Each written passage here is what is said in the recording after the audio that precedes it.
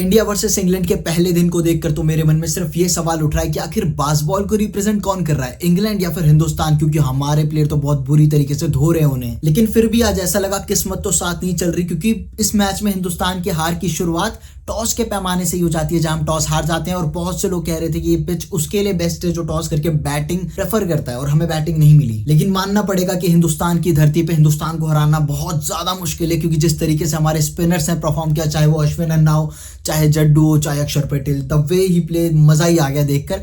भले ही हमने शुरुआत में पेस बॉलर्स को ज्यादा इस्तेमाल किया, जसप्रीत बुमराह और सिराज, और मेरे को लगता है कि थोड़ा जल्दी हमें स्पिनर्स के साथ जाना चाहिए था, हमने थोड़ा ज्यादा टाइम लगा दिया, आई थिंक सो, मुझे ऐसा लग रहा है। लेकिन ये भी ठीक है कि हमारे स्पिनर्स को थोड़ा लेट इस्तेमाल करने की वजह से इंग्लैंड के बैटिंग ऑर्डर, मतलब जो ओपनर्स हैं क्रॉली और बेन डकेट, इन लोगों ने एटलीस्ट 50 रन तो बना दिए। लेकिन उसके बाद जैसी अश्विन के हाथों में गेंद आई, दोनों ओपनर्स अपनी विकेट ग्राउंड में फेंकते हुए सीधा पवेलियन की ओर चले गए। फिर उसके बाद ऑली पॉप ने थोड़ा सा स्ट्रगल किया, लेकिन फिर उनके स्ट्रगल को रविंद्र जडेजा ने खत्म कर दिया उनकी विकेट चटका के। और जो रूट के लिए मैं यही कहूंगा कि टेस्ट फॉर्मेट में मुझे मजा तभी आता है जब बल्लेबाज लगभग 100 गेंदें खेल के 40 रन बनाए। और या दोनों इनिंग्स के बल्लेबाजों को मिला के सिर्फ जो रूट थे जिनकी परफॉर्मेंस बास्केटबॉल वाली नहीं लेकिन प्रॉपर टेस्ट वाली थी, लगभग 60 गेंदें खेल के 29 रन बनाए, सिर्फ एक चौका मारा और फिर रविंद्र जडेजा को अपनी विकेट दे दी। रविंद्र जडेजा ने यहाँ पर 18 ओवर डाल के 3 विकेटें जरूर ली, 4.8 के इकोनॉमिक से। लेकिन फिर भी उसके बावजूद मेरा जो बेस्ट फेवरेट बॉलर जिसने मुझे सबसे ज्यादा इंप्रेस किया आज के दिन, वो थे अक्षर पटेल। जॉनी बेयरस्टॉक के साथ बेन फोकस को अक्षर पटेल ने घर वापस भेजा,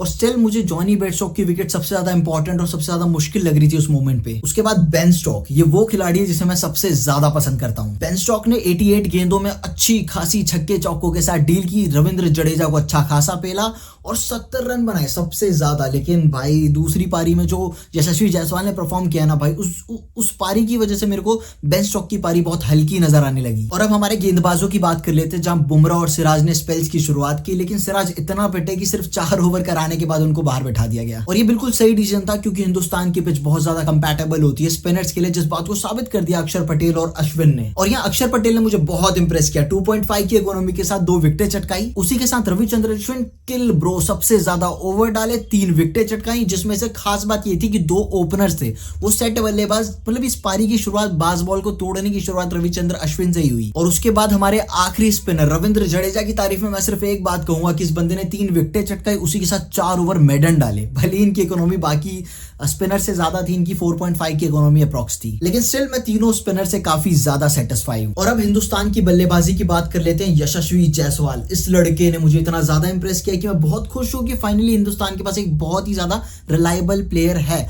और मतलब 2024-2023 को मिलाकर मेरे को अगर किसी खिलाड़ी ने बहुत ज्यादा इंप्रेस किया तो वो 2 यंगस्टर हैं, यशस्वी जायसवाल और रिंकू सिंह। भाई इस लड़के ने 70 गेंदों में 76 रन बनाए, 9 चौके और 3 छक्कों के साथ। भाई मुझे समझ नहीं आ रहा भाई किस तरीके की बल्लेबाजी कर रहा है ये। इस बंदे ने ना, मतलब लास्ट मोमेंट पे जब 2-3 ओवर बाकी थे तो उस वक्त मुझे लगा कि भाई ये रुक के खेलेगा, क्योंकि सबका माइंडसेट रहता है कि अपनी विकेट बचानी है, अगले दिन वापस खेलना है। लेकिन इस लड़के ने उधर भी छक्के चौके लगाए, भाई बहुत ज्यादा इंप्रेसिव है ये लड़का, तो परफेक्ट है T20 वर्ल्ड कप के लिए। इस बंदे की अप्रोच प्रॉपर T20 वाली है। उसी के साथ रोहित शर्मा बहुत अच्छी बल्लेबाजी कर रहे थे, लेकिन मैं उनसे बहुत ज्यादा डिसअपॉइंट हूं, क्योंकि वो जिस गेंद पे आउट हुए वो जैक की इतनी खास गेंद थी नहीं, जिसपे उन्होंने एक तरह से अपनी विकेट दे दी और चले गए। And in the last Shubman Gill performing their best, लड़का बहुत अच्छा खेल रहा है, कुछ 40-45 बॉलें खेली हैं, 14 रन बनाए, सिर्फ एक चौका मारा है। टेस्ट फॉर्मेट में मैं यही चीज तो देखना चाहता हूं हमेशा। इंग्लैंड को तो 246 में हमने ऑल आउट कर दिया, और अभी हम 1 विकेट के नुकसान पे 119 रन पे खेल रहे हैं। और स्टिल मैं पूरा मतलब दिल से चाहता हूं कि लगभग 400 रन तो हम बना ही बना, क्योंकि साउथ अफ्रीका वाला टेस्ट देखने का मेरा बिल्कुल मन नहीं है। मेरा मन है प्रॉपर टेस्ट देखने का, जहां पे